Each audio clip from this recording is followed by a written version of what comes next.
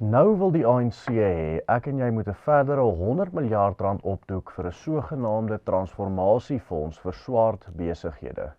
Plans to expropriate 3% of private company profits for new R100 billion fund.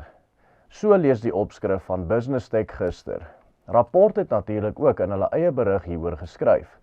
Wat dit basies behels is dat die ANC beplan om 'n R100 miljard per jaar fonds te sig om eksklusief swart ondernemings, met ander woorde sakeondernemings wat 100% in swart besit is, te ondersteun om hulle te help kompeterend te wees in die vrye mark.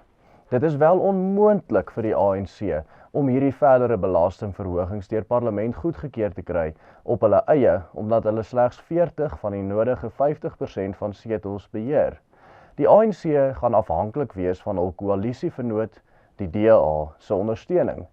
Die DA het egter vir ons bewys met die Bela-wetsonderwerp dat hulle bereid is om ANC promulgasies te ondersteun in ruil vir uiters swak en nie bindende ooreenkomste met die ANC, omdat hulle skynbaar bang is om hul werke te verloor as die ANC sou gaan ondersteuning soek aan die ander kant by sy swart mededingers. In hierdie video kyk ons in diepte na hierdie voorstelle, wat hulle beteken en wat die gevolge hiervan vir my en jou gaan wees. Goeiemôre liewe vriende, dit is Willem Petzer wat praat en dit is nou die 20ste Januarie 2025, net na 7 die oggend. Ek nooi elkeen wat kyk uit om op watter ook al platform hierdie video sien, ons blad te volg of te subscribe en die video sover as moontlik te deel met die vriende. Jy kan gerus ook op ons WhatsApp groepe klim om ingelig te bly oor al die werk wat ons by die Willem Petzer groep doen, deur slegs u naam en van te WhatsApp na die Willem Petzer groep se amptelike nommer. Dit is 064 545 9047. 064 545 9047. Die sogenaamde transformasiefonds. 'n R100 miljard per jaar bonanza vir die ondersteuning en bystand vir uitsluitlik swart sakeondernemings is laas Vrydag deur die minister van Handel, Nywerheid en Mededinging, Paaks Taal, geoormerk. Hierdie fonds word beoog om vir besighede wat in 100% swart besit is, te ondersteun met ekwiteitsfinansiering, subsidies en skuldverligting. Die minister merk op dat besighede in swart besit en veral die wat in eksklusiewe of 100% swart besit is, sukkel om te kompeteer op die vrye mark in Suid-Afrika, selfs in 2025. Meeste van hierdie besighede bestaan nie langer as 'n jaar nie en die wat verby die 5 jaar merk gaan, kan op een hand afgetel word.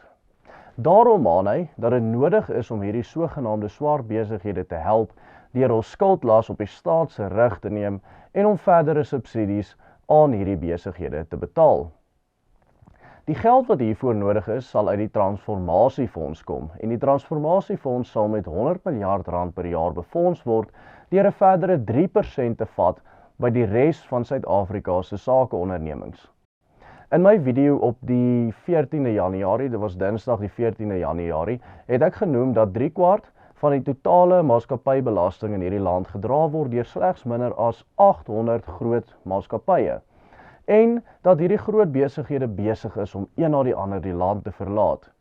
Wat dit dus beteken is dat hoe meer van hierdie besighede verdwyn, die las vir die sogenaamde transformasiefonds net vierkantig op die skouers van klein blanke sakeondernemings soos myne en joune sal val. Die voorheengenoemde sal volgens die minister afgedwing word deur verdere wetgewing binne die raamwerk van breë basis swart ekonomiese bemagtiging, oftewel BBBEE, die wet te ontwikkel. Taal sê, en ek haal aan, entiteite sal verplig word onder verklaring 400 van die BBBEE kodes vir goeie praktyk om die ekwivalent van 3% van hul jaarlikse wins by te dra vir die ontwikkeling van swart verskaffers. Verder sê Taal dat maatskappye verplig sal word om tot die transformasiefonds by te dra en indien hulle nie aan die vereistes van die BBBEE wetgewing voldoen nie, hulle swaar beboet sal word en op ander maniere uit die ekonomiese wedstryd uitgesluit sal word. Verder sal die bydraes van internasionale maatskappye nog groter moet wees. Die ekonomiese toestande is alreeds so sleg vir hierdie multinasjonale besighede dat die tempo waarteen hulle hierdie land uitvlug net vererger jaar na jaar. En nou wil taal toestande nog swakker maak vir hierdie maatskappye. Die eerste multinasjonale maatskappy wat in 2025 land uittrek, is die metallurgiese reeks ArcelorMittal, wat hierdie Januarie sy uittog aangekondig het. Met die uittog van ArcelorMittal gaan ten minste 40.000 mense hul werke verloor wat direk by die maatskappy gewerk het. Dit is boonop nog talle ander wat vir die maatskappy gewerk het deur onafhanklike uitkontraktering deur die maatskappy. Benewens vir die feit dat dit oneties is om van een man te steel slegs omdat hy blank is en om dit vir sy kompetisie te gee sodat sy kompetisie 'n hupstoot kan kry, slegs omdat hy swart is hierdie sogenaamde transformasiefonds net nog 'n ryp bodemlose put om geplunder te word deur staatsamptenare en hul kringe, soos wat met feitelik elke fonds wat deur hierdie regering gestig is na 94 gesien is. Laastens is 'n verdere 3% van maatskappye se kontantvloei wat gevat word vir baie maatskappye 'n doodskoot. En verander sal dit so groot las wees dat werklike ekonomiese produksie diensooreenkomstig met hierdie wetsonderwerp mag afneem dat dit in Suid-Afrika ekonomie mag knak.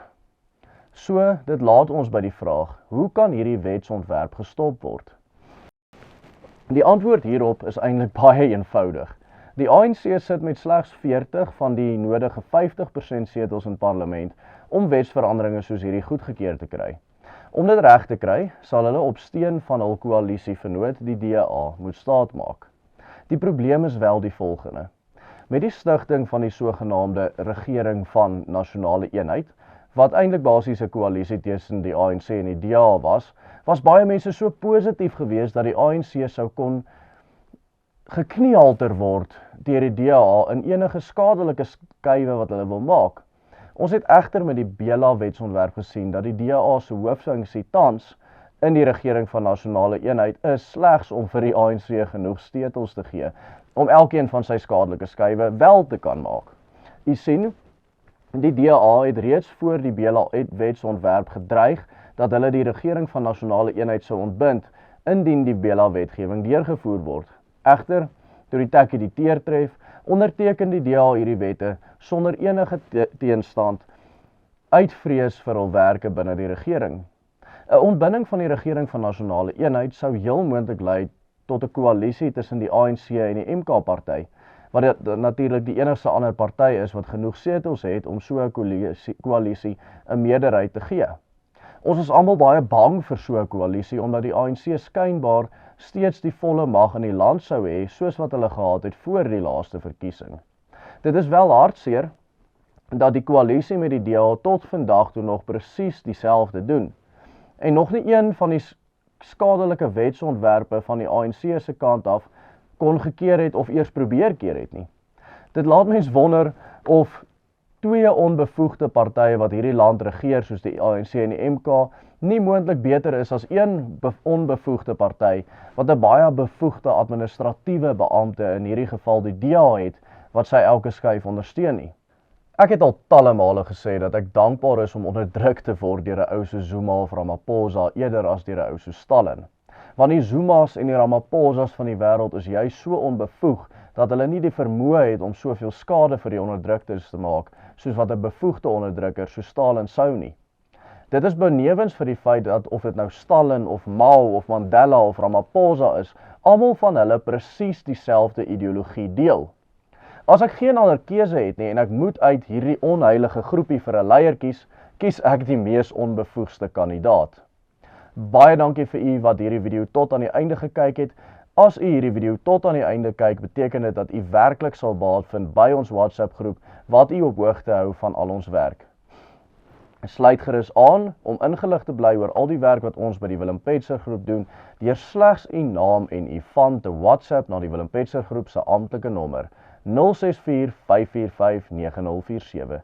Dit is 064 545 9047. Totsiens en God seën elkeen van u.